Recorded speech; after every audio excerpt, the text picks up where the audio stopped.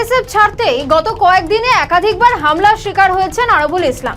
এমনকি সোমবারও ভাঙড়ে তার গাড়ি লক্ষ্য করে ইটবৃষ্টি করা হয়েছে বলে অভিযোগ। এরপরই ঋতব্রত বন্দ্যোপাধ্যায়ের আসল তৃণমূলে আরাবুল ইসলাম। এদিন হঠাৎ করে বিধানসভায় যান তিনি। প্রায় 1 ঘন্টারও বেশি সময় ধরে বিরোধী দলনেতার সঙ্গে বৈঠক করেন ভাঙড়ের নেতা। এরপরই জল্পনা বেড়েছে রাজনীতিতে, তাহলে কি এবার আসল তৃণমূলে সরাসরি যোগ দেবেন আরাবুল? উঠছে একাধিক প্রশ্ন।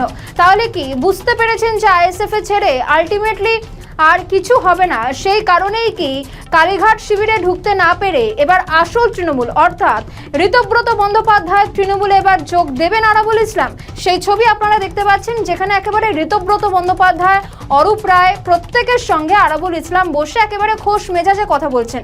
কিন্তু এতদিন পর হঠাৎ করে কেন তিনি ঘুরে গেলেন, এই প্রশ্নটা উঠতে শুরু করেছে। তাহলে কি এবার বুঝতে পারছেন আইএসএফ থেকে আর কোনো লাভ নেই, সেই কারণেই কি আসল তৃণমূলে ঢুকতে চাইছেন আরাবুল ইসলাম? নাকি কালীঘাট শিবিরের সঙ্গে তিনি জানেন যে কোনো রকম ভাবে আর সেখানে তিনি মমতা বন্দ্যোপাধ্যায় আশ্রয় দেবেন না, সেই কারণেই তিনি আসল তৃণমূলের নেতাদের সঙ্গে বৈঠক করছেন? একাধিক প্রশ্ন ইতিমধ্যেই উঠতে শুরু করেছে।